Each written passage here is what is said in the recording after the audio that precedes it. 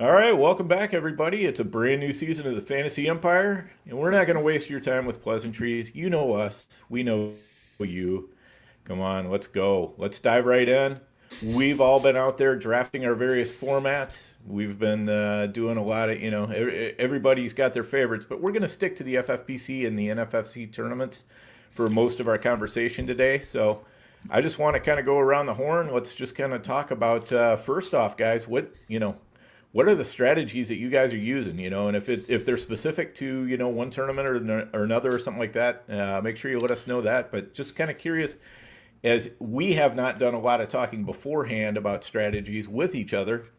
I want to start with Chris and just hear what's working, what's not working. What are you doing in the streets? Yeah, well, first off, Dan, I'm used to a big grand entrance by you. It's our first show of the season. We don't go around the horn and saying how much we missed each other and everything like that. But you know what? You're right. Let's just cut to the chase, get to what everybody wants to hear, and that's football talk. No better time than right now as we approach August and drafting on a nightly basis, all of us. What I'm seeing, guys, you tell me if I'm wrong. For me, what's working right now is getting a bell cow back in the first couple rounds. I think the industry is starting to slowly drift away from that heavy zero RB build. I know we got our boy Matty Mo in the room here, and he's a big zero RB guy. But I don't know. Just looking at the board this year, I see a little more depth in that 4 through 7 round range at receiver. I think if you could build off of at least one big running back early on, you're still able to fill out your wide receiver room pretty nicely. Another thing that I'm seeing is, again, this year more than ever, quarterback value is absolutely crazy this year.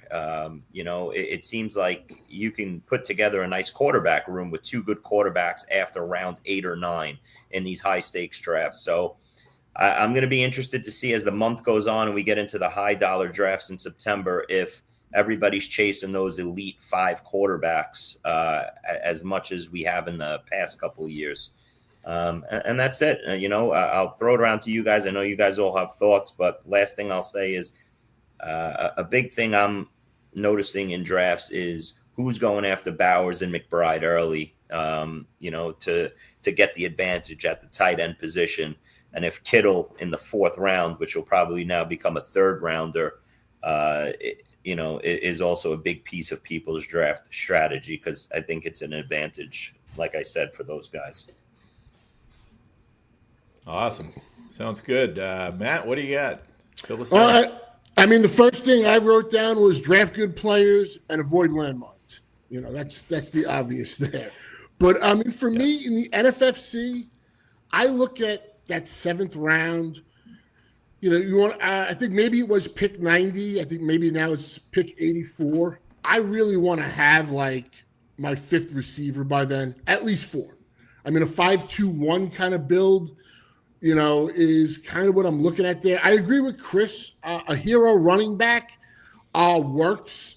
And the way I see that first round, I see the 3 guys in the back running backs that could, put up as much points as the top 3 running backs that are going off. So I think you have that ability, depending upon where you're picking, to still get the elite guy at the running back position. So I just think really after that 7th round, especially in NFFC, there's not guys that I want to have to put my starting lineup, at least for the first month or 2. It's more depth receivers, rookies that I'm going to add throughout. And I do love the running back depth, after that. You're saying at both, Matt, you're saying at both the running back and receiver position after the 7th round? Are you looking at a tighter board, you're saying? Or I'm saying for the wide receivers. Wide receivers. There's running backs I like. That 8th, 9th round range, the Scatterboo, Mason, Jalen Warrens. I like those guys. If those guys are my RB2s, I'm going to giddy up. Let's go. Yeah. In FFPC, it's really a different world. I think, as Chris said, the advantage, even in NFFC, getting that tight end, that elite tight end, is definitely an advantage. I think it's even more so necessary in FFPC, obviously being tight end premium. But just real quick, this morning, We started out, me and my partner Jason Anthony, in a main with Malik Neighbors and Nico Collins. At 311, T. Higgins and JSN were there. They're usually gone by that point. I love T. Higgins on a per game basis. He is at least, a low end 1, high end 2. I mean, the guy just doesn't stay on the field. And so it was, do we take Higgins there, who I love, or we took Kenneth Walker? And my reasoning was basically after Kenneth Walker, I don't really want to draft a running back unless it's like Harvey or Trevion. And I don't know if they're going to be there at 5'11" when it comes back to us. So that gap right there, especially having the 2 stud receivers, seemed imperative that we take Walker there. Because I think, otherwise I'm going to have I'm going to have all rookie running backs. I think that's a big part of the draft this year is that big tier break between the elite first couple round running backs and then what comes after that. So, yeah, it's definitely a big part of your strategy this year. Mm-hmm. Mm-hmm. Last thing I'll say sorry, go ahead, Matt. Yeah, just real quick. If I don't take an elite quarterback, which as Chris pointed out, there is great value there. And if I don't take one, then later on, I'm just going to wait. Either format is allowing you to wait and double tap quarterbacks at like 10, 11 or so, so yeah, that's my strategy. Nelson, what do you got, bud? Absolutely. Yeah, so what I've been noticing is like with the quarterbacks in a tournament style format, you want to have some exposure, I think, to those elite guys in case in the shootout they put up monster games. But for the most part, my strategy this year is I'm punting back at quarterback and I'm taking 2 guys from that, tier of like 8th round and on. I'm just going to take 2 guys and play matchups, or maybe one guy kind of just takes over and I lock him in every week into my lineup. Nelson, now, not to jump in real quick, don't you feel that at least 6 out of the 12 guys sitting at a draft board is going to have that same exact strategy, allowing these quarterbacks that have the value in that 100 to 160 range overall? I won't go through all the names. There's a ton of them this year, but they're all going to start slowly moving up. And if you have your eye on maybe 2 to 4 of them, that the price looks great now. But if everybody is going in with the same mindset of getting 2, these guys are going to move up around a 2. And now we're all going to be chasing the same thing. We're all going to look around the same draft table, go, okay, these 5 guys have the elite 5 guys or 6. Mm-hmm. And then we all know what we're trying to do here. We're all trying to put 2 guys together. Now it becomes a race to it, which means the value gets a little sucked out. And they all move up a couple rounds because we're all trying to jump and get our guy. Well, can I jump in for a quick sec? After you, Dan. After you. Yeah. I mean, because somebody is still going to be taking Mahomes. Somebody's still going to be taking Baker, Bo Nix, guys like that. So you're going to have some guys who get in there in those mid rounds and get, there's going to be 3-4 more quarterbacks going off at that point. So it's going to sort of relieve the pressure. And if we're all still trying to do the same thing, which is grab a couple quarterbacks late, that means, as long as nobody's really blinking and, we're all comfortable drafting, the wide receivers, the tight ends, the running backs, whatever it is, until we're ready to do quarterbacks, I don't think they're going to move up as much as what you're talking about. I mean, if I'm wrong, I can adjust, that's not a problem, but then it's just going to push some other value down later. So it'll be fine. Sure. I just have a feeling that those 3 guys that you just mentioned, that, after the big 5, once Burrow comes off the board, that Mahomes, Baker, Nix, I feel like they're starting to slowly move the opposite way than coming to join the top 5. They're starting to slide backwards to go see, the rest of the quarterbacks. Then maybe that's where I'll be pivoting, because I'll tell you what, man, Mahomes, if he gets much cheaper, is going to be so attractive. Yeah, I'm with you, Dan, on that. I mean, to me, look, it depends on how long Rice is suspended. But, I mean, Mahomes, to me, at this price, is the one guy, and I've tried already to get the KC stack in basically every format, but unfortunately Rice got suspended, so it kind of took a slap there. But I still believe that there's a big rebound there. everybody's like seems pretty solid on Baker, and Baker was amazing, but he hit like the high outcome on everything. I mean, him hitting 40 touchdowns again seems really unlikely. That team just being as good as it was, and they lost their OC. Yeah, Nelson, sorry. Yeah, Go ahead, so- buddy. Yeah, so to counteract your point, Chris, I still think that there's so much depth at quarterback that I'm comfortable with,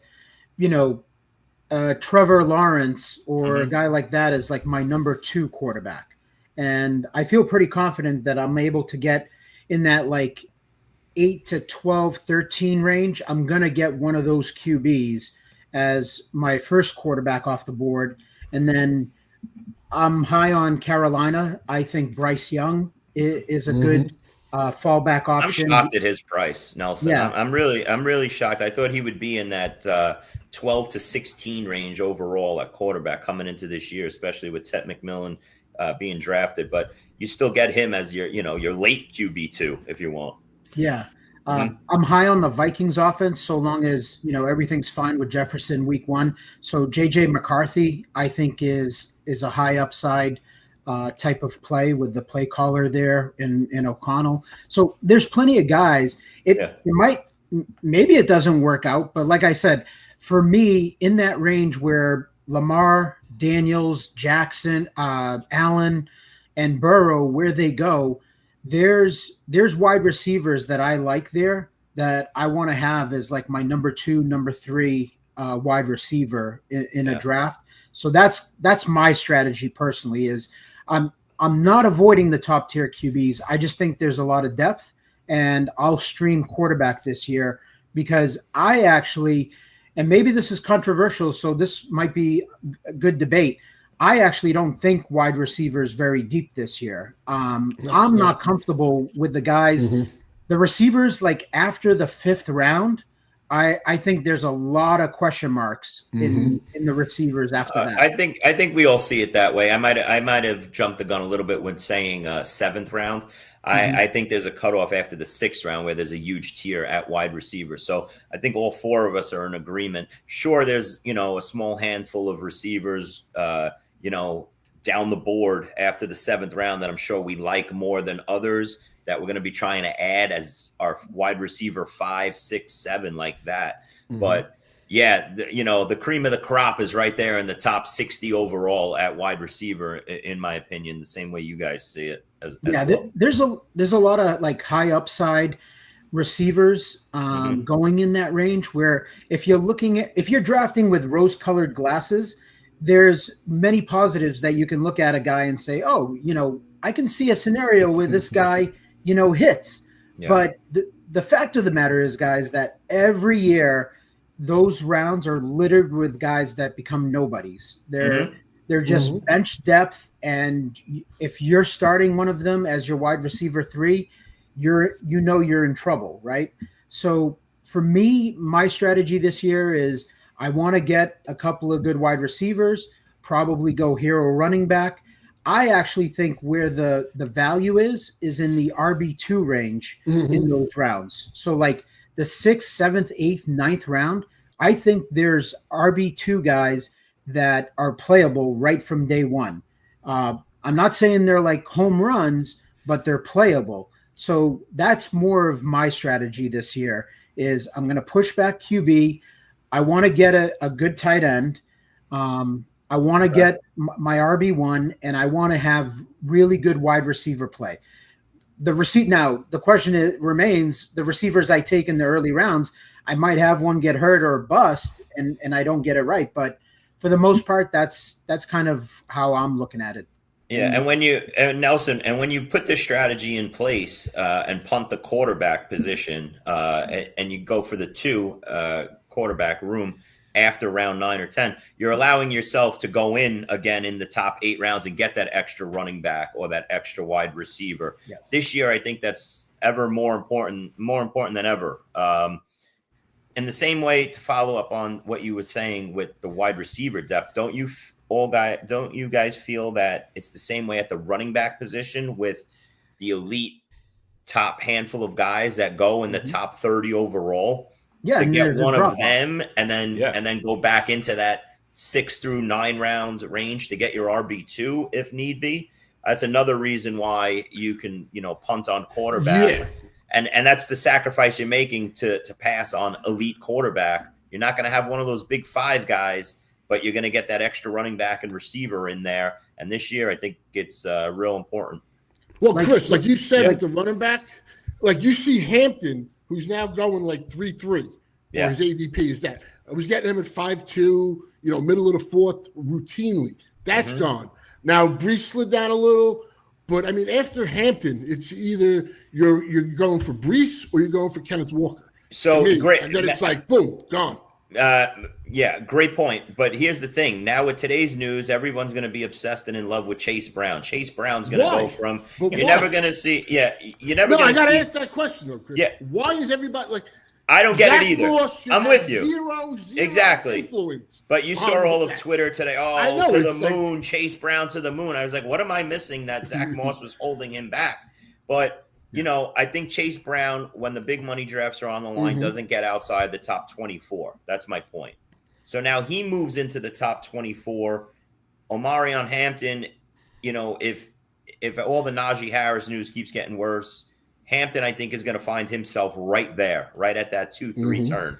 What is that going to leave us with? That's going to leave us with Josh Jacobs, Breece Hall, Kyron Williams, and maybe Kenneth Walker as that next tier, and then another big cliff. So those 4 or 5 running back names are going to be very instrumental in building drafts this year. If you go with a wide receiver to start off your draft, you're going to have to go in at some point.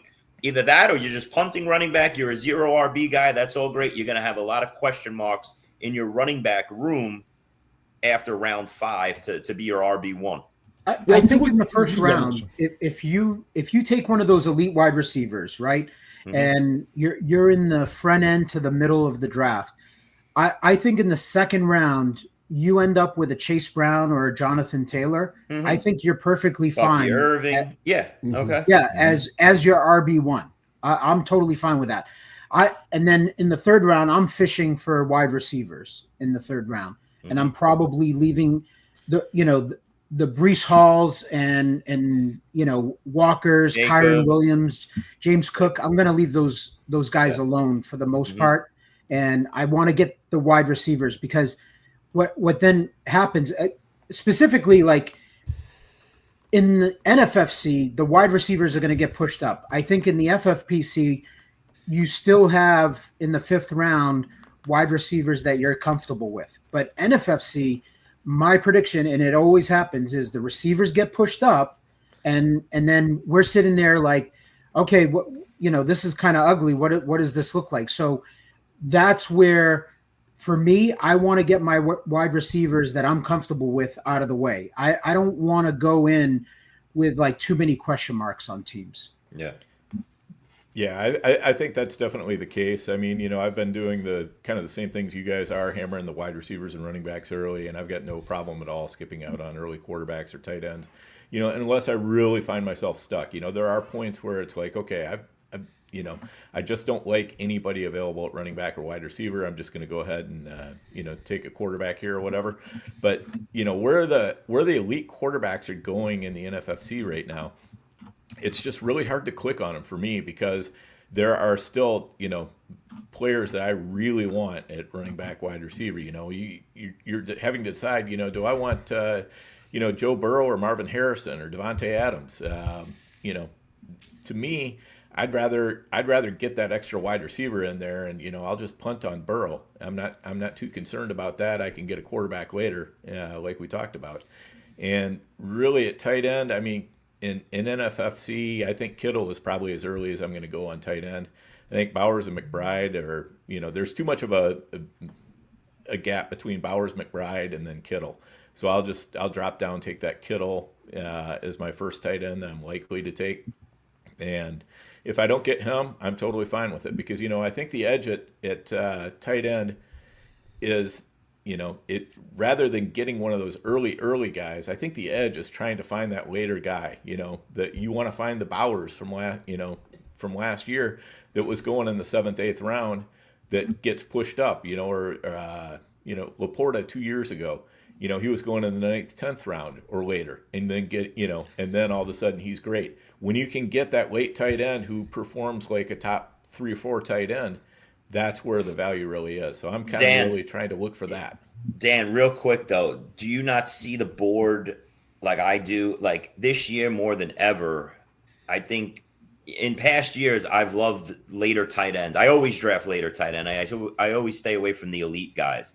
This is the first year I'm actually having a real conversation with myself with the elite big 3 guys, because I think that could be that much of a difference because of all the uncertainty at the tight end position, ranked from when you get to Andrews, Kelsey, and beyond. There's not that much that's standing out to me that they could be a 3-point a week guy, any of these guys that I put in and draft at my tight end position. I'm just not loving too many guys at that position. So, like I said, I get what you're saying there, Chris. But to me, it's just like, hey, okay, these top 5 rounds, I really want to come out with 3 or 4 wide receivers and 1 or 2 running backs. And if I detour into tight end, now I'm down one of those, and then I feel like I'm scrambling a little bit those positions later. And if I'm going to scramble at a position, I'd rather scramble it, me personally, I'd rather scramble at tight end than anywhere else, because I feel like I can, I've got a pretty good handle on what's going on with the tight end position, and I can sharpshoot a little bit better there for me than I can sharpshoot at running back or wide receiver. So yeah, I think you're both right, but like Bowers and McBride are kind of like receivers. They get so many targets and receptions. But the point that Dan's making that I'll agree with, one, just getting back to Chris's point, if all these running backs push up and they're all going like end of the second, that means Bowers might, you might be seeing him there at 3-1, and McBride might get pushed down a little further. So that's going to create other options. But just look where Laporta goes, Hawkinson goes. You can get Njoku in the 9th or 10th round. I think I got him in the 10th round of like a prime time, or at least the 9th. No, I got him in the 10th because I took ETN at 9-7. So if I can get Njoku at round 10 and build a stack team, that's appealing to me, because on a per point basis, he's been top 5 the last 2 years, Njoku. So those tight ends, one more point. When you look at Brock Bowers and McBride and Kittle on a point per game basis, if you punt it back or push it back to like Njoku and your Laportas, Kelsey, Mark Andrews, Evan Ingram, you're looking at anywhere from like a 2 to 4 point difference in points per game. So what you got to ask yourself is, can you live with that and make that up somewhere else at another position if you're going to pass on the Bowers or McBride guy? Well, I mean, you're looking at it like, say you took Ladd. I mean, I like both players. I have no problem taking Bowers in the middle of the first round. I mean, the middle of the second round. But I'm saying, you're also looking at it, you took Ladd McConkey. If you think he's Cooper Kupp, 2.0 with speed and separation, how many points are you getting the advantage over the guy that didn't take that receiver? So there's other ways to look at it. No, I hear that part, Matt. I think my biggest fear is, and I always go back to that Kelsey year from like 2-3 years ago, whatever it was, when Kelsey every week was just that tight end that was dropping a 25, 28, just those monster weeks. And you're coming out there with a tight end that gives you, 2 for 27. And, that every week, you're just behind when you face that Kelsey team or that Kelsey team. Yeah, but who's the 2 for 27 that we're talking? I'm talking about listen, Laporta, but that's my point. It could be anybody. Njoku. That's my point this year. It could be any of these guys outside of the top 75. Hawkinson's been like a top 2 or 3, and Njoku's been top 5 point per game the last 2 seasons. Oh, and you can't. But Njoku could be 1 second. for 8 any week. Njoku could be a 1 for 8 any week. Laporta last year came on in the second half. He had the ankle injury. Well, I'm not disagreeing with you. No, let me stop you right there, because that's my point. Is I think outside the big 3 of Bowers, McBride, and Kittle, I think that next 3 is going to be huge for drafters. Is that Laporta, Hawkinson, and maybe Andrews now? So you don't have to pay that big price on those 3 guys in the top 4 rounds, but they can, give you also an advantage over the rest of the field. Those 3 guys are going to be really important, I think, to drafts where you don't feel the big hit of not having the big three, but you also don't have to worry about those 2 for 27 games from those 3 tight ends. And I'm pro going Bowers and McBride. I have tons of them. At FFPC, I've taken Bowers at 1-1, so I'm not afraid to do that. Same. Yeah, I've got exposure to all those guys, so I'm not that worried about it. I think, kind of what we're coming down to here is you want to try to draft into whatever you think your strengths are. And they're going to be a little bit different for everybody. For me, I feel pretty comfortable at tight end, so I'm going to, that's going to be a position I punt a little more often. Same thing at quarterback. It's going to be a position I punt a little bit more. I really have liked my teams better over the past 3 years when I've gone heavier at wide receiver early and just done a hero running back at best. And so that's the way I tend to draft. But, we've all got our strategies. And I think after we're gonna take a short break, but after that, pretty shortly, we'll get into a draft board where I think we can kind of pull this out and make it a little bit easier to see visually.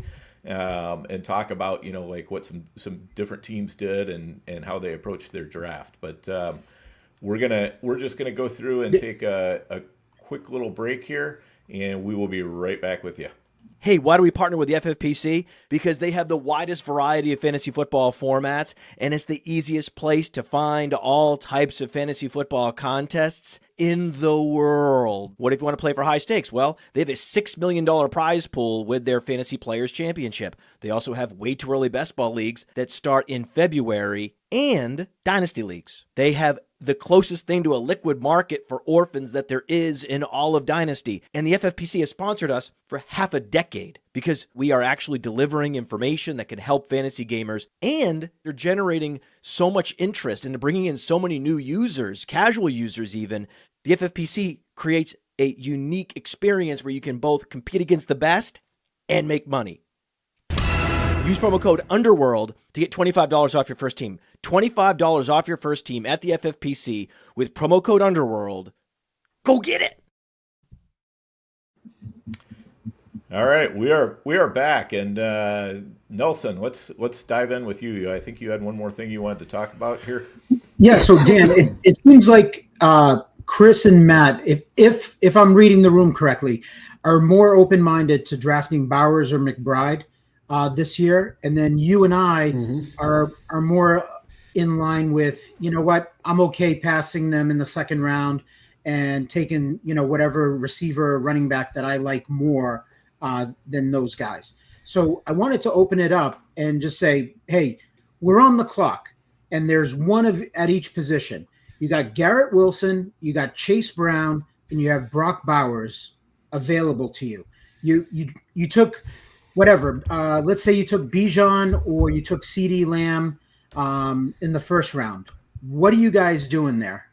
I had the one already in the prime time. So we went Chase, and we took Bowers at 212 when he was there. I'm just not passing up Bowers. Like Chris is saying, like we're saying, this guy next year could be going middle of the first round.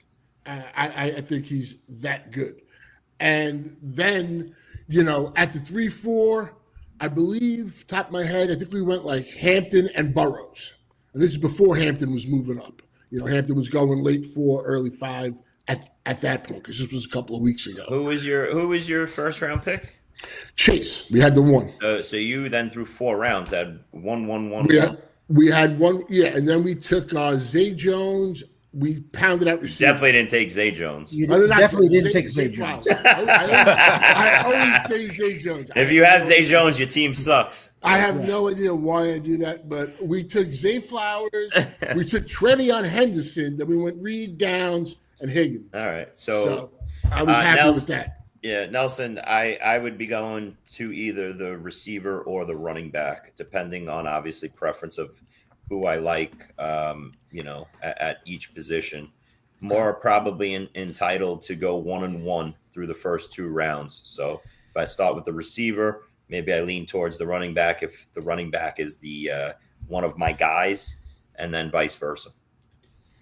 Yeah, I think it's an interesting debate. If you feel strongly about Bowers, I can understand it for sure. that you just want to, you feel like you're getting that edge at tight end, and you're getting a guy that's 150 targets at tight end, and you'll figure out your wide receiver too. Let's say if you went Chase, or if you went Bijan or Gibbs, for example, in the front end, do you feel comfortable taking Bowers versus like a Garrett Wilson as your wide receiver one and waiting till the third or fourth round for your wide receiver one? So I just think it's an interesting debate to, on what to do in these drafts.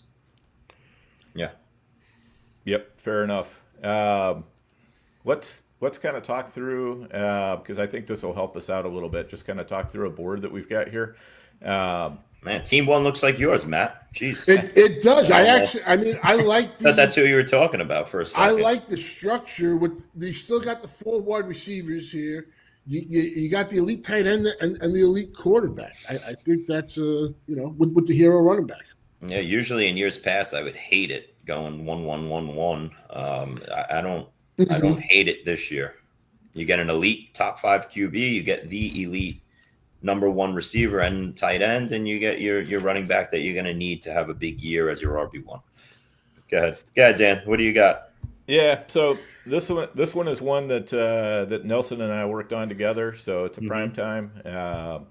We were in the 2-hole, obviously, and so we kind of went the opposite way of what Matt's talking about. We had Bijan. We came back and we were really hoping for Garrett Wilson, and he wasn't there, so it was Chase Brown or Brock Bowers. And kind of our debate was, is Bowers really kind of the is he the pick we want to make, or are we better off just having 2 elite running backs than hammering wide receiver hard for the next few rounds and then coming back and getting a tight end wherever it seems to make sense? I mean, at that point, we'd pretty much, once you decide you're taking that second running back, I think you're pretty much saying, hey, I'm not going to have an elite tight end. I'm not going to have an elite quarterback because I'm going to have to sit here and pound away at wide receiver. Nelson, is that pretty fair? Yeah, that's fair. So obviously, I think Dan and I are aligned in the mindset that we think Garrett Wilson is like a clear-cut, wide receiver 1, and we think Chase Brown, even back then when we did this draft, we think Chase Brown, was a value there in the second round. We think he should be going higher. So that's why we passed on Bowers. But it really comes down to, everyone's point of view on it. If you look at Chase Brown as kind of like, whatever, I'll figure out my RB2 later.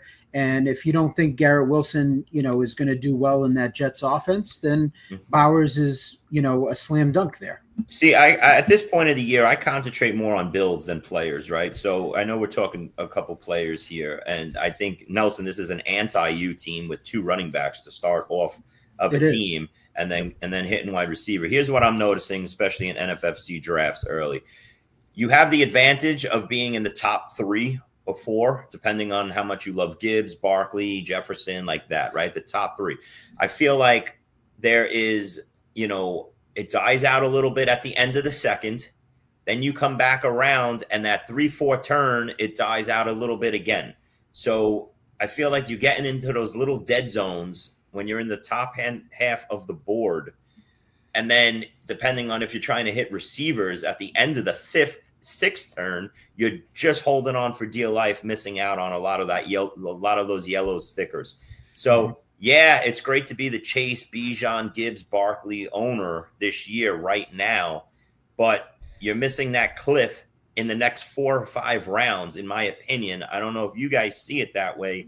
When I'm drafting in that 6 through 12 spot at the end, yeah, I don't have the elite top players that, the top 4 guys do, but it's easy pickings in terms of rounds 2, 3, 4, 5. There's a lot of more choices for me at each position. I'm 100% with you there, Chris. I think the back end of the draft is the place to be, because you're paying a price to get one of those, top 4 picks. The third round, there's a big difference, I think, between the early 3rd and the late 3rd. I think the late 4th is just as good as the early 4th, and then the next tier down kind of happens somewhere in the middle of the 5th round, I think. Yeah. So you're kind of getting in ahead of a teardrop a lot more at the end of the draft than you are at the beginning of the snake. So I definitely agree with you 100%. What hurts is the Rice suspension, because we had Rice going in that end of the second round was really nice. You had Wilson, Rice. You could choose between those two guys. Like my critique here would be, I really like how starting double running back, you got the 4 receivers, and Hawkinson can be an elite tight end. Yeah. He has that ability. My problem is, I don't know if I want Terry McLaurin as my wide receiver 1. I mean, he's never had more than 1,200 yards. Sure, but that's the sacrifice. Yeah, but that's the sacrifice you got to make there, Matt. You know? No, I understand that. He's got 2 elite. I'm making the point that. Is it just Terry McLaurin, the player, or the build? You're saying? No, I said I like the build. I'm really down with the build. It's the fact that I'm landing on McLaurin as my wide receiver 1, a guy that, what is his upside? Is he getting 1,500 yards? I don't see that. He's never, he basically, he's 1,000, 1,100 yard receiver. Last year, he had a career spike in touchdowns. I mean, to me, he's Calvin Ridley. You guys did it the exact way that I would have drafted it, and the right way in terms of if you start with double bell cow running backs, you went 3 receivers. I like this year getting the upside running back that you don't need right away early in the season. I don't care what, most of them are the rookie names, the Trevion Henderson, the Harveys of the world, guys like that. You put them as your 3. Now you could sit them on your bench, hope that week 5, 6, and beyond, they become the lead dog. They become the star rookie running back of the season. Now they're your flex player, Yep. Obviously, your wide receiver room isn't as strong, as you guys probably would hope that it would be, because you started off with 2 bell cows. But that's the trade-off you make, and you still got a top 6 elite tight end, and you punted quarterback like we talked about in the beginning of the show. This was a good build. Build. It's like you noticed, Chris, right away, right? You said this is not a default type of Nelson build here. Right. And it's true. But what we focused on was, we don't love the wide receiver room, but we knew that it was going to die out. And that's why we wanted to focus as, this team is probably going to sink or swim with one of those running backs being in our flex all year long. Right. It's not really, built to go 4 wide. Yeah. Yeah, and listen, every team has to give up a little something. It's very rare that anybody builds a team that's just loaded at every position. You get an elite quarterback, elite tight end, 4 stud receivers, 2 bell cows. You gotta be a give and take. You still got a bunch of number 1 receivers in Terry, Judy, and right now probably Worthy. You could view him as a 1. But Matt, real quick, back to your point.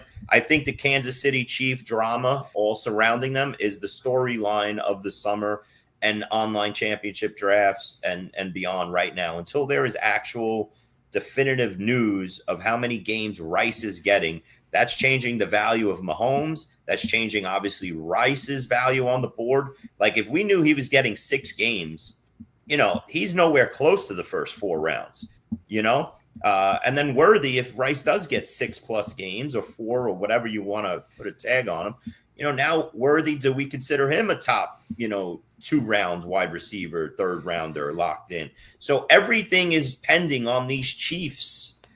Kelsey, same thing. If Rice is suspended 6 games, Kelsey moves up now. Mm-hmm. So this is the drama of every draft, in my opinion, is everything surrounding Chiefs players.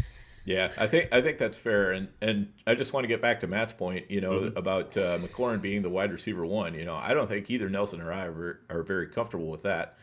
But also what we're looking at is, if we didn't take Brown, if we said, okay, we got to go wide receiver here, then we're looking at Higgins or JSN or Tyreek, and I'm not sure I feel any more comfortable with any of them than what I do with McLaurin, which is why we kind of decided, let's hammer that second running back that we both have a lot of confidence in, and do it that way. And then to me, one of the other big debates that we had, it was, it wasn't like a debate, me versus Nelson.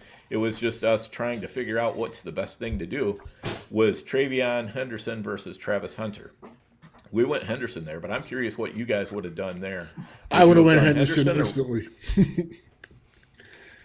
It would have taken me. I would have smashed that as soon as I got on the clock. The Henderson? Yes. Okay.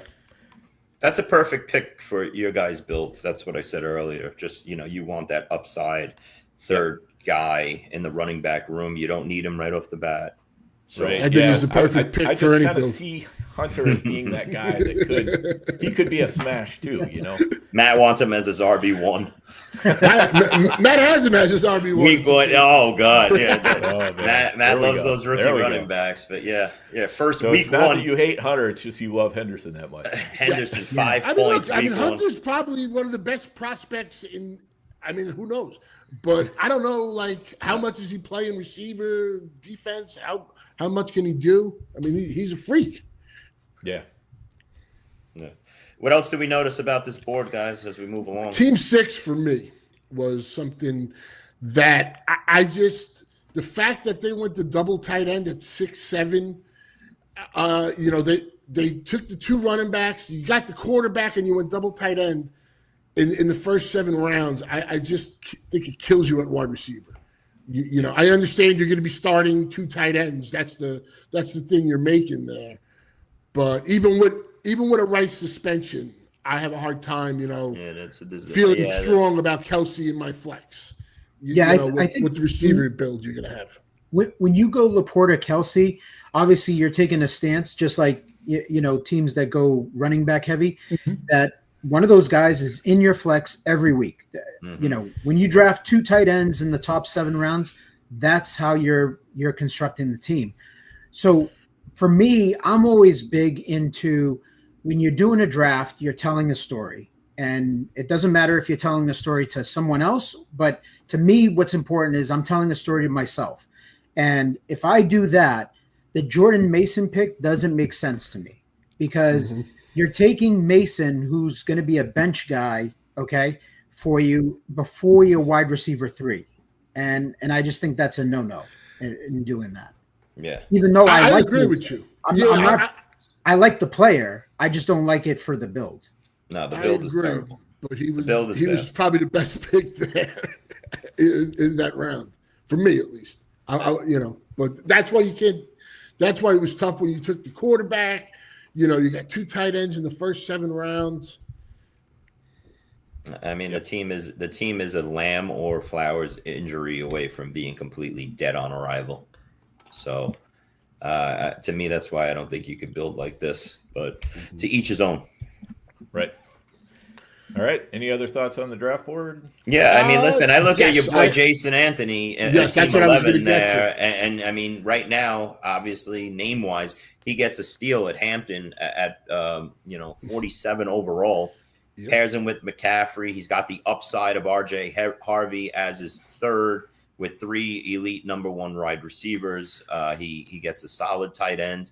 Waits on quarterback and puts his quarterback room together with Williams and Goff. So that stands out to me and Josh Downs in there as a 4, 2 upside rookies as your 5 and 6. He knows what he's doing, and he put the team together really well, in my opinion. He said McCaffrey was a steal at that price. For me, I don't know who. I mean, if we're just looking, all 3 of these backs could be 1-1. I think Achane has that ability. I think Genti, if he gets the volume that he could get, and if CMC stays healthy. So, I mean, that was a tough one. I think you wanted to ask about Moore, and you guys thought of the value getting there. Would you have gone there with DJ Moore? Me personally, I would go Pickens or JMO, but I'm a little skittish on the band. I know everybody's all in. Yeah, listen, again, it's not about names. Everybody's got their preference. I'm not going to sit here on this show on a weekly basis and dissect teams based on who they picked and not the build. That's more, so whether I like DJ Moore more than Pickens or Pickens more than Moore, it doesn't really matter. We all have our opinions. The build is what I concentrate on and focus on. Yeah, and I just think the fact that he was able to get Njoku to get the 4 receivers, the 3 running backs, and Njoku, I think it really tied it nice. Mm-hmm. Yeah, and then came back with a couple nice rookies too at wide receiver. He's got some upside there. Yeah, he was in a good spot there in the back end, and I prefer drafting in the back end. And then the other thing too is he was allowed to do that because what we just talked about earlier is he punted quarterback, and then he picks off two of them that, personally I think is like there's plenty of upside there with those two guys that you can make it work throughout the season. Yeah. But this is also now like an old board because Hampton's not going to be there. Yeah. At, Yeah. 4-11. That's not happening. So Yep. good for J.A. He's my boy. Teams 3 and 5 also stood out to me because they, what we were talking about earlier, getting the elite tight end, slipping in a top 3 tight end and still coming out with your team. And they both built it off of the bell cow running back. So it's like, all right, we got our RB bell cow 1 locked in. Now let's go hit the receiver and tight end position. Team 3 comes away with 4 really good wide receivers and George Kittle, then goes back and fills out his running back room while punting, doing like what Nelson did and Dan with the 2 quarterbacks. Team 5 does the same thing, gets his elite tight end to try and separate from the field, gets 3 number 1, 2 with Tyreek, Evans, Devonta Smith as his top 3 receivers. He'll work Debo and Pittman in as his flex, and he's got DeAndre Swift as his RB2. Both of those teams, I like the way they built as well. Yeah, Yes, definitely. I Team agree. 3. He was. I was pissed when he took Wilson, when he took Harrison, and then when he took Ridley. I thought, if we'd had access to those guys, our team could have been better than what it is. Though, Yeah. even with with Chase Brown and Garrett Wilson, I was going back and forth on that as it was. It was just more of a structural. Maybe we need the wide receiver here that would have pushed me towards Wilson. I mean, what do you think, Nelson? If Wilson had been there, would you have wanted to go Wilson for sure? Or Yeah, with taking Bijan in the first round, I'm more open-minded to starting 2 running backs in the first 3 rounds than I have been in the past. But my preference is always, Bijan, and then you're going to see, the yellow brick road from there. Right. Yeah. For me, the reason I probably go Wilson is if things stay where they are right now, I have a very good shot at Kenneth Walker in the 3rd. And if I wanted those 2 running backs, I think that trade-off for me makes sense. Where I think Chase Brown is awesome, but I already invested. I want that number 1 receiver as well. So I mean, Totally agree. All right, let's move on then. I think we pretty much hit everything off that draft board. That we could go on for another hour on it probably, but let's take a look at a couple of other things. I want to talk a little bit about fade lists. I mean, we do have somebody here who has been somewhat well known for his fade list, so we might want to talk about that a little bit, and I want to get everybody else's fades too before we move on. Nelson, I guess that might be you that people. Oh, you were talking about me. Fade list. Oh, sorry. Oh, yeah, I think so. Guys, is that who it is? Go for it, Nelson.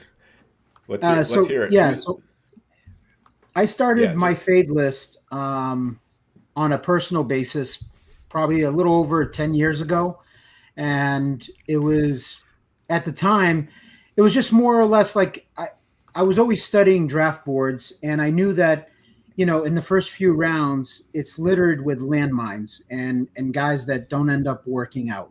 And I wanted to be disciplined in the fact that going into the season, guys with any type of question mark, I wanted to, review it, understand what the scenarios are. And if I'm going to fade this guy, what is his ceiling outcome versus his floor? And if I felt like, and I'll give you a perfect example of that guy this year, I think it's McCaffrey. And I have him on my fade list, but it's more of caution. Okay. And the reason why is he's the one guy that's on the fade list that I think could be the number 1 overall fantasy player if he stays healthy. So I don't want to be completely out on a guy like that. Otherwise, when I'm fading a player, and I'm asking myself always that question of, okay, can I see an outcome where this wide receiver turns into, the number one wide receiver in fantasy. This running back, does he have the potential? If my answer is no, then I feel pretty comfortable, fading that guy, and I list my reasons why. Okay. So it started off, like I said, like 10 years ago. And then once I started getting into the content industry, I made it, part of my content, and, producing the fade list. But that was always something that I did personally for me when drafting. Fair enough. Yeah. Nelson, where would you have to take CMC? What number before you start thinking about him in the first round? The 1-2 turn. Anytime he's available to me at the turn, I'm gonna draft him, because I'm not, again, my thing is more of caution, because he is getting up there in age. He's getting older. And he had his injuries with the Achilles and everything, the tendonitis last year. And that still concerns me, because that's something that can linger. It might be okay now, but it could always come back. So, but when I ask myself the question, if this fucker stays healthy, and I'm fading him, is there a possibility that he's RB1 or number one fantasy player overall? The answer I kept coming back with is yes, and I'm like, I'm not going to just fade the guy. Big question mark this year. I'm not going to jump him like seventh overall or anything like that. Because you're pairing him with another stud player at the end of the first, and you're getting that first pick in NFFC drafts in the third round. So you're getting another stud bell cow running back or a stud wide receiver. And if McCaffrey is McCaffrey from the past, now you have a huge advantage over the rest of the draft. He probably is the deciding factor. You're getting basically a Barkley of last year at the end of the first round, number-wise. On the flip side, that tendonitis can act up in his Achilles in week 2, and everybody's getting laughed at that drafted him. So that's what's so interesting there with the CMC and the HN. Like, CMC and HN are like 1-2 in receptions. And then like Trevion's number 3. I can see that happening. I already know what the next 5 months is going to be. Just exchanged Xavier Worthy of last year's pod to Trevion Henderson of this year's pod. Yeah. Matt was sitting on that one for sure. That's great. All right, Nelson. So who are some of the fadeless players that already look like great calls? Whoa, easy, Dan. Dan's giving away the Dan's giving away the power and the milk for free. He's giving away the farm. I don't want to give them all away, but you've got to have one fadeless guy who's already flamed out, right? Nelson. I got several, Dan. I mean, okay, I'm just asking. What I do. Nelson, can I say this? I had actually a question. I had a question for Nelson about his fade list, but I do have a statement first. I read your fade list thing, and I agreed with, I think, 95% of the fades. They were my fades going into this year. I feel great about it then. Well, I mean, I felt great about it too, not to make this a love affair, but all the guys that were on my fade list was 95% of Nelson's list. Here's my question to you, Nelson, to transfer to get away from that. One guy I was surprised that I didn't see on that list, just because of based on your thought process these last couple of years, and we usually think along the same lines, is Chase Brown. Now, I know we've talked about Chase Brown a lot this year, but usually you're the type of guy that if there's a running back that you got later on the board the year before that blew up and now is a top pick, a top 2 round I thought guy. Bucky Irving would be that guy. More than Chase Brown. Okay, Matt, that's a solid comparison as well. Bucky Irving, was going in round 14, 15, whatever last year. Chase Brown was going. I remember I got him in the hundreds in Vegas a couple times. Now you're paying second round prices on both these guys. Let's include Bucky on both of them. Surprised not to see both those guys on your fade list. Yeah. So going back to one of my rules, and I've made it kind of black and white, but there's some gray area. But really, the rule stems from back in the day of the Zach Stacy era. Okay, so that's when I how long ago was Zach Stacy playing? How Holy many shit. years 10 ago? years? 10 Yeah. years. So like, yeah, that's it's right around there where I got stung with Zach Stacy.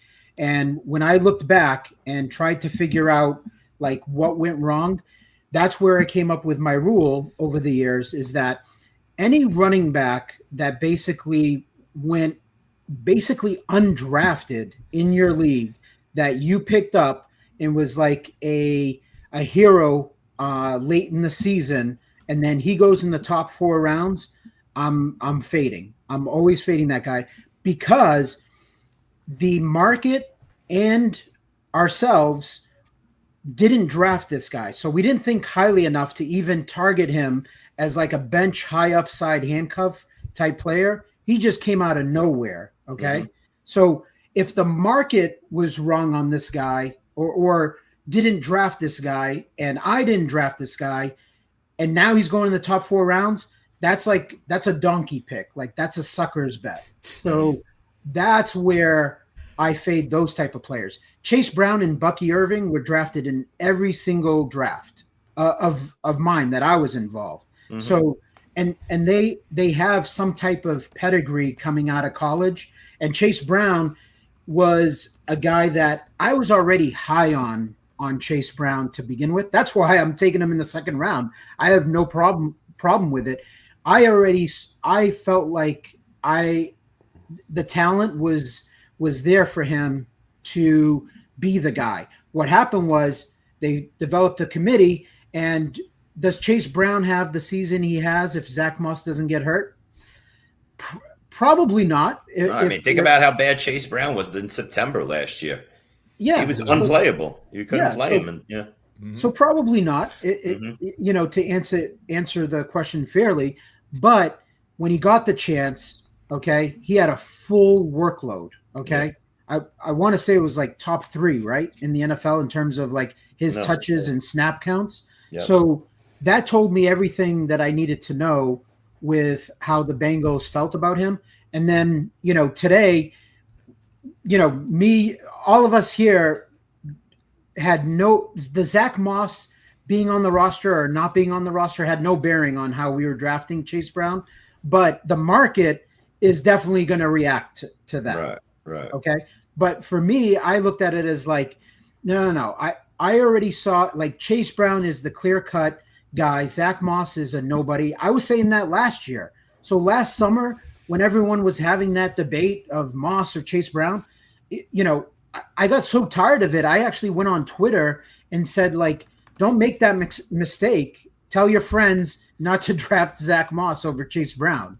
So I was already high on him. Bucky, same thing. So to answer your question, Chris, as far as like the Bucky Chase thing, it's for running backs like C.J. Anderson, Damian Williams with Kansas City, okay, Zach Stacy, so Mike Davis. I just didn't. Yeah, Mike Davis. I was going to mention, but Nelson, I thought maybe it would be such a situation like a Kyron Williams from last year, where Kyron Williams was a 15th, 16th rounder the year before. He was a fade for a lot of us last year. I think he was on your fade list last year, right?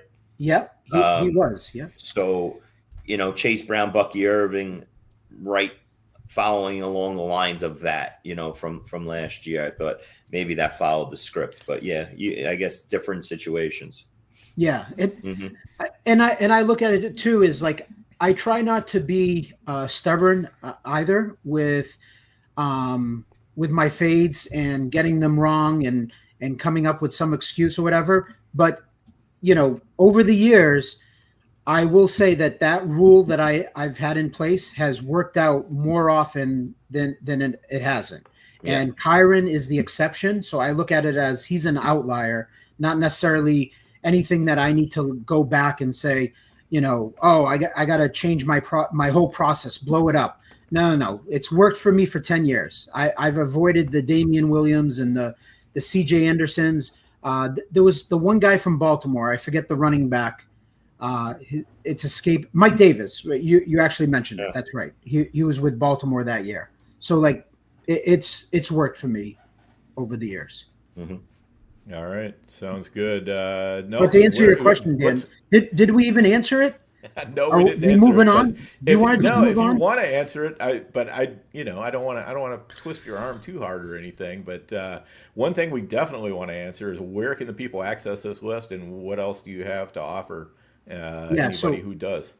At FTN Fantasy. So if you go there, my subscription is it's more expensive than your standard subscription. Okay, it's $199 for the whole year, and if you use the promo code franchise, you get 10% off, and you get access is to the fade list, my rankings, my cheat sheet, all the off-season articles that I've written.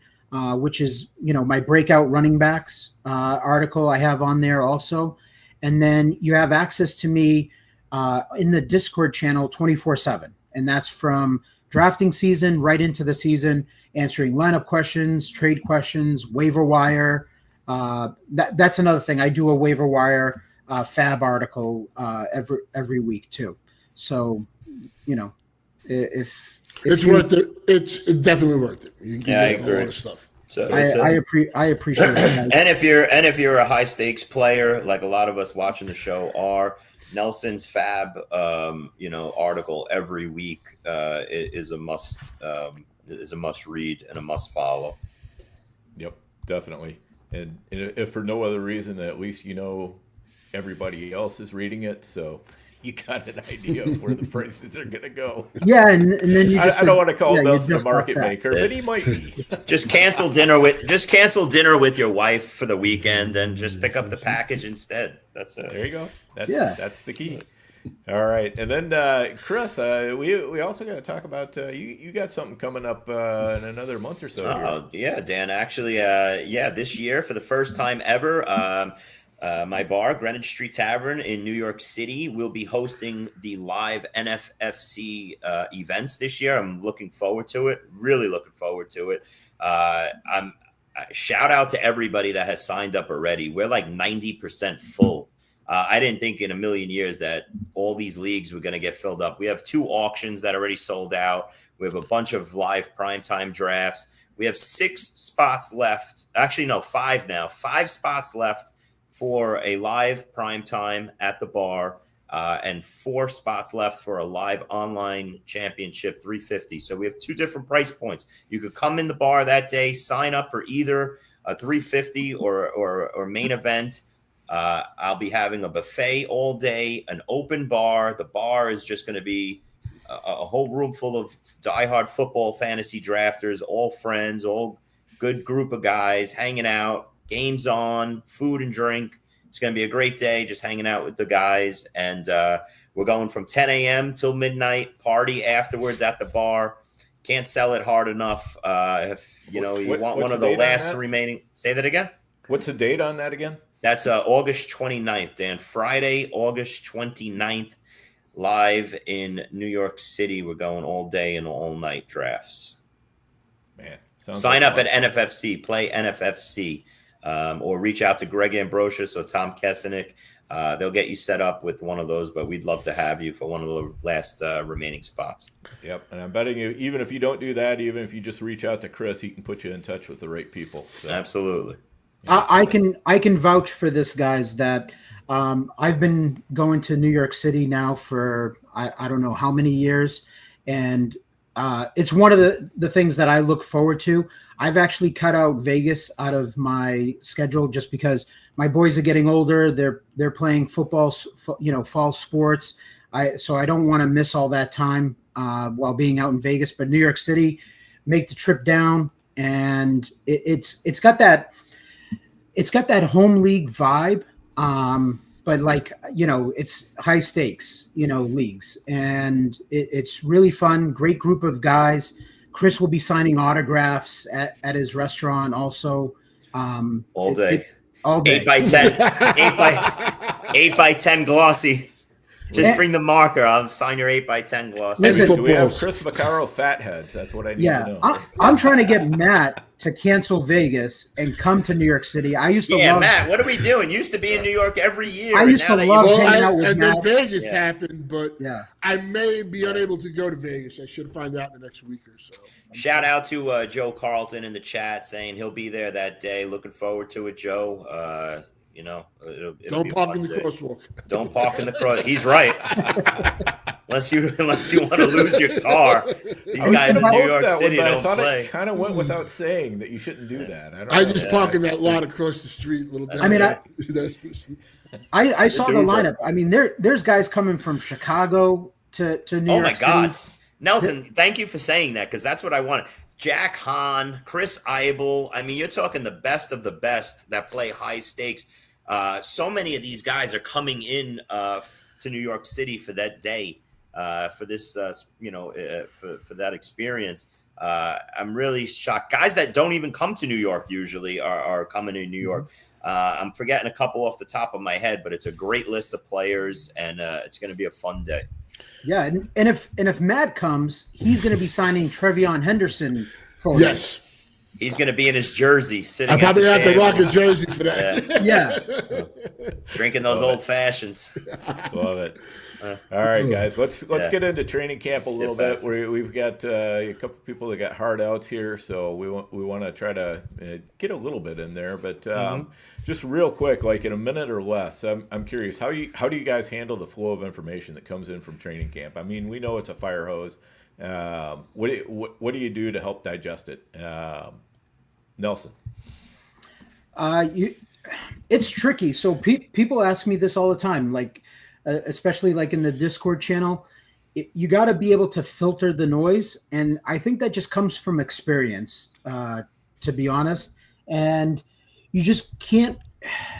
You have to stay level-minded in your thought process because there's so much hype these days. And what happens is these beat reporters for these teams, they realize that, hey, if I hype up and really create some excitement, that's going to get the hometown fans coming to my page. They're going to like, retweet, all that stuff. So, they embellish things. Whereas, you have to look at it as like, if you've ever been around like a training camp, I've gone to like Patriots and Giants and Jets training camps just because that's near my home area where I live. And if you watch these guys, I mean, they're professionals, okay? And they're supposed to make the one-handed catch in the back of the end zone. Like, it's a highlight play in terms of like, for the average guy like us, we're like, oh shit, look at that play. But when it gets embellished and you see the video, whatever, it's really hard The to slow like motion video. It's really hard to contain your excitement. And then what happens is for us as like fantasy players and guys that are drafting, July and August, the price moves up on these guys. And it's like, bro, the guy's got his shirt off. No shit, the dude's jacked. Like that's what they're supposed to look like. In unless great they're offensive shape. linemen. Best Well, shape Nelson, of his didn't life. you tweet out yesterday the Trevion juke? I mean, that was pretty. 100%. That was pretty sick. Wow. Yep. Nelson's team Travion as well. Oh yeah. 100% I did. Yeah. Oh, man. All right. Yeah. So I think with the information, it's just, to me, I look at, I want to hear from coaches. I'm a little less interested in hearing from beat writers, though there are some beat writers who are actually pretty plugged in, and I can trust what they're saying. But the main thing is just being able to recognize the difference between actual news and fluff pieces, because these, as Nelson said, these beat writers come up with these fluff pieces, and and the coaches know when they're being interviewed for a fluff piece, so they're going to be given these pie in the sky answers, and everything's rosy, it's all great, and it's unicorns and rainbows and everything else, and you got to take all that stuff and throw it away. Just don't even pay attention to it at all, because that's not real football. What you want to do is you want to find those bits where coaches are being asked honest questions, or they're volunteering information about players, and sort of giving up how they feel about that player. That's what I'm looking for, is to try to find that honesty from the coaches wherever I can find that. But it's not going to be in a fluff piece. Dan, so with your coach one speak thing, that. I'm sorry. Yeah, I'm yeah, sorry to go. interrupt. Yeah. But I want to give you an example of the fluff piece, okay? As you guys know, going back to last year, Matt and I were big Drake May fans, okay? Mm-hmm. And this year, Matt and I, from talking, were Kyle Williams fans, okay? And I'll give you a perfect example of like how you got to like calm it down, but it's going to create excitement, and therefore it's going to make guys want to draft these guys higher than probably they should. But like here, I'm reading it right now. Boom! Drake May throws an absolute dime to Kyle Williams on a go ball for a long touchdown. Pretty throw and catch. Move them up 2 rounds. Yep. Now, so Dan. Who was that against? Was that against the defensive backs the coach? air. Was that against? It was against the that air. that was against guys that are going to get, half of them are going to get cut. Yeah, they'll be feeding you. They'll be your waiter next week. Yeah. There you go. Dan, to your point, a little opposite of that with the coach speak. I don't buy into the coach speak at all, really, because they all have the same thing. Oh, he's going to be huge for us this year. So-and-so is going to catch a lot of balls. He's a big part of our offense.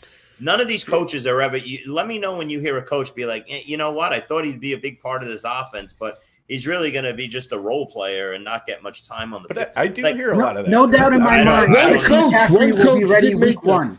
Which coach said that? Which No, coach said no. what? Do you remember that? Kyle Shanahan last year? No doubt in my mind, Christian McCaffrey will be ready week one. There you go. Yeah. There you There go. are Ravens- definitely lies, but Yeah. the other thing is, I mean, what you're 98% talking of about, Chris, is kind of, how they're talking in those fluff pieces. That's why I ignore what the coaches are saying in those. I want to get, when they're being grilled, in the interview room, up on the podium or whatever, and you can kind of tell, or at least I can, I think, when they're really being honest, or at least semi-honest about things. You want an example? Sure. The Ravens OC. The Ravens Oh. OC came out and said Keaton Mitchell has got to make some plays here. He's fighting for, for reps. That's what you want to hear. That's Like what that- something like that's that, what- Matt. Yes, that's what That's I'll pay what I'm attention. talking about. That's what we're looking for. Yes, I have 2 quick points of what I look for besides that. To follow up on what you just said, Dan, with coaches, you know what I follow now and that I actually will pay attention to? Players talking about other players. Okay? Mm-hmm. That's more important to me than the coach, because the coach is always going to say something great. Mm-hmm. But the other day, Baker Mayfield coming out and talking about Emeka Ibuka and talking about, wow, the kid's the real deal. Gets open, does everything, learned the playbook real fast already, said a whole bunch of other things that hyped him up, okay? When players are talking about other players like that, that stands out to me way more than any coach talking about players, because they're always just going to blow up their players. That, and really the only thing else I'm following is just injuries and tweaks. This one's missing, this one tweaked his hammy. He'll be out a week. Other than that, all the other fluff pieces I really don't care about. You And wanna the see a videos smoke screen? especially. I have one example of a smoke screen, and it's basically like yesterday. Luther Burden was thrown off the field by Ben Johnson. Yeah, he was. He came back. He ran his routes crisper, whatever. But the first day of camp, Ben Johnson threw the whole first team offense off of the field. He's the new guy. He's the new general. He's sending messages, So you have to oh my God, Luther Burden got thrown off yesterday. You got to pull it back. You got to see the whole picture. What's trying to get accomplished here? Right. Yep. All right, Matt. Anything else to add on the training camp information? How you're handling it? No, I mean I think basically what everybody said. You just need to have a few sources that you trust. It's like, anything else. And that's really, don't get too high, don't get too low, unless it's, they come out and it's like a serious injury or something, or, somebody's beating their girlfriend like that happened. So. Yep. By the way, real quick on that Jenkins thing, Matt, do we all feel that he's going to be a complete wash for his year one?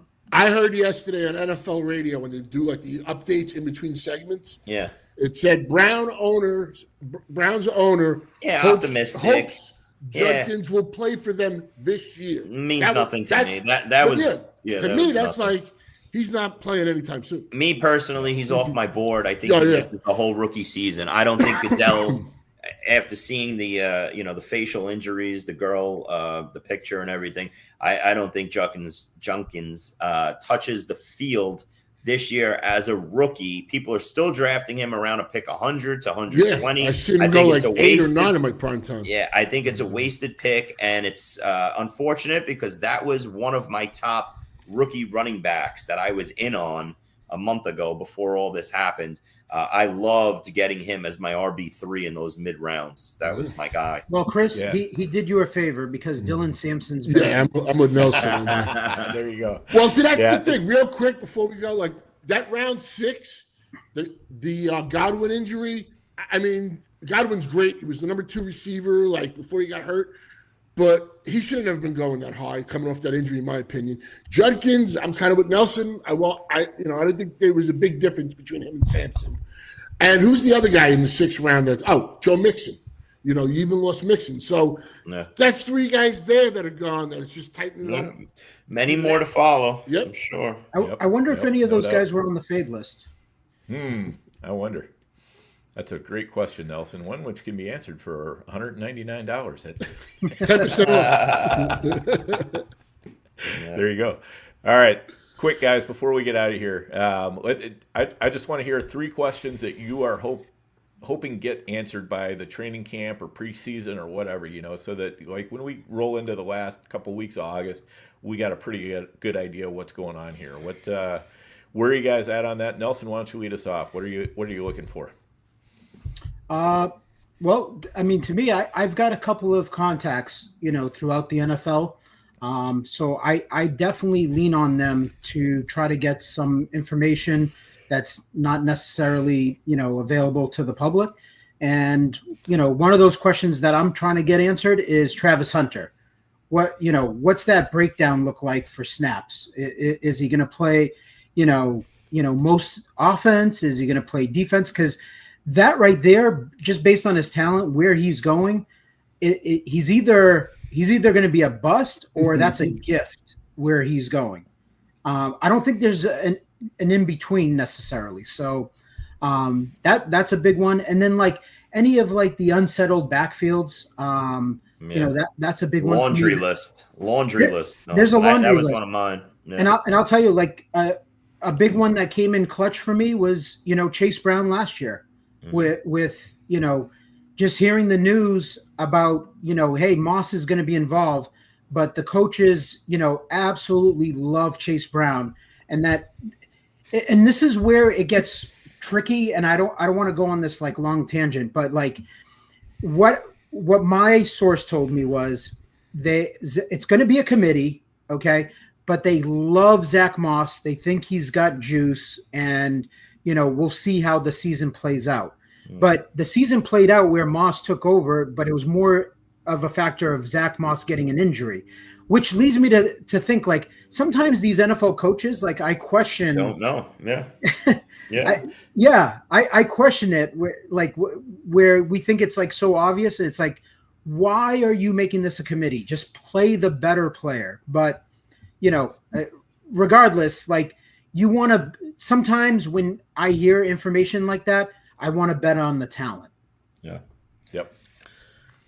And Chris, why don't you go next? Because you're the one with the hardest out, so we'll get you in for sure. We'll get the ending of the show in before I got to bounce, Dan. But to follow up on Nelson's point, because it was one of mine. Dallas, New England, Denver, the Giants, the Browns, the Jaguars. These are all backfields in flux.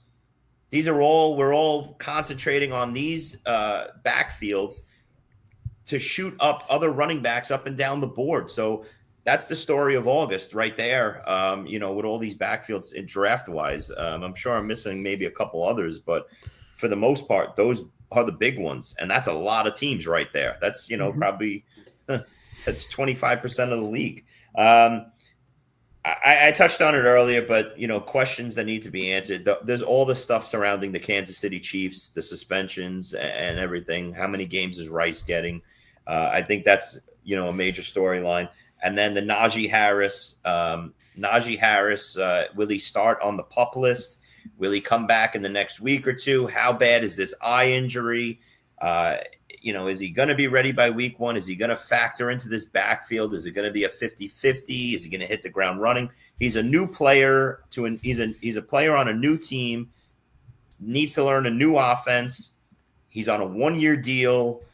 I mean, this could skyrocket Hampton into the top 2 rounds, 24 picks overall if Harris starts the year on PUP. Hampton could be absolutely huge. And then the last thing real quick is, how far along does Colston Loveland and Luther Burden come along for this Bears offense and all the players surrounding it? It'll send DJ Moore and Rome Odunze up the board or down the board a little bit. Caleb Williams, price tag. So we need these 2 rookies we need to get a better understanding and grasp of how they're picking up the offense and how big their role is going to be right off the bat. I mean, for me, I want to see how Caleb progresses in camp. I think he's obviously going to be better than last year, but he was pretty horrific. It was pretty much like some of the worst rookie quarterback numbers out there. You can make all the excuses, and I'll even give him a mulligan, but everybody's jumping on, Ben Johnson's there. It's going to be roses. It might take a year or so, even for this, or maybe like towards the second half of the year for this offense, why I'm investing in the cheaper pieces of it, if just to be involved. And the other like rookies, like in Houston, I love Jaden Higgins. Everybody loves Jaden Higgins. But Jalen Noel was a hell of a player. I know they traded a 7th round pick for what's his name that used to be on the Jags. But Kirk. I want to see, Kirk, thank you. I want to see how that plays out. And the Bills, is it Kincaid? Or is it Kid Keon? One of those 2 to me has to make a big step for that team. As a Bills fan, that is what I'm looking at. And I think one of those 2 have to make the big step. If both of them do, then Josh Allen was the clear pick. Fair enough. Oh, one last thing.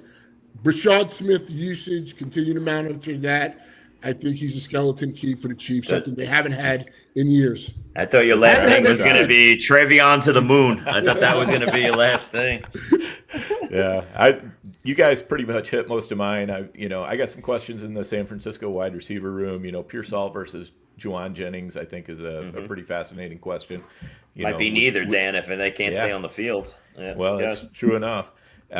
The other one is the Chargers offense really as a whole. I'm interested in knowing, are they going to skew way back more heavily towards the run this year? How is the passing offense going to work? Is it really going to flow through Ladd? How much of a role are these other guys going to have? Because, Trey Rondé Gadsden could be interesting, but they could also be just completely wiped out just by the fact that they're not getting enough targets. So I think there's a lot of interesting questions there. All right, and so we're going to go ahead and we'll get everybody out of here. We're going to be off next week. I'm gonna try to get myself lost in the Canadian wilderness. Assuming that I can find my way back out, our next show is going to be the week of August 11th. I think we're looking to make it a regular Tuesday show at 11 o'clock. Today we did it on Wednesday, but we're gonna settle in on a regular time. Last year it was Tuesdays, so we're kind of aiming towards that. But we'll see how it goes, and we'll keep you guys updated. We need a vacation next week from the big debut of this week's show. That's right. We're going on hiatus already after 1 week. We finally got Nelson locked up with his contract dispute. But I like Chris the has fact, pulled the guys, vocal cord already. Yeah, that's that too, Dan. But they, you know what? It's good to be back. I'm glad that we started the show here in late July. We have 4 or 5 shows for you guys planned in August to get all our draft prep in and talk about strategies and everything like that, and then hit the ground running again in season. So stick with us, and looking forward to another season of the Fantasy Empire. Yeah, absolutely. And make sure you do all the good stuff you need to do, like the show on YouTube, hit us up with a good review on your favorite podcast platform, all that good stuff. But for everybody on the Empire team, we're going to get you out of here, and we'll see you in a couple weeks. Hey, I want to thank you for being part of this broadcast. If you have any thoughts on it, leave a comment. If you enjoyed it, make sure you leave a like. And if you want to see more shows on the Player Profiler channel, subscribe to it. That's how we know you want more.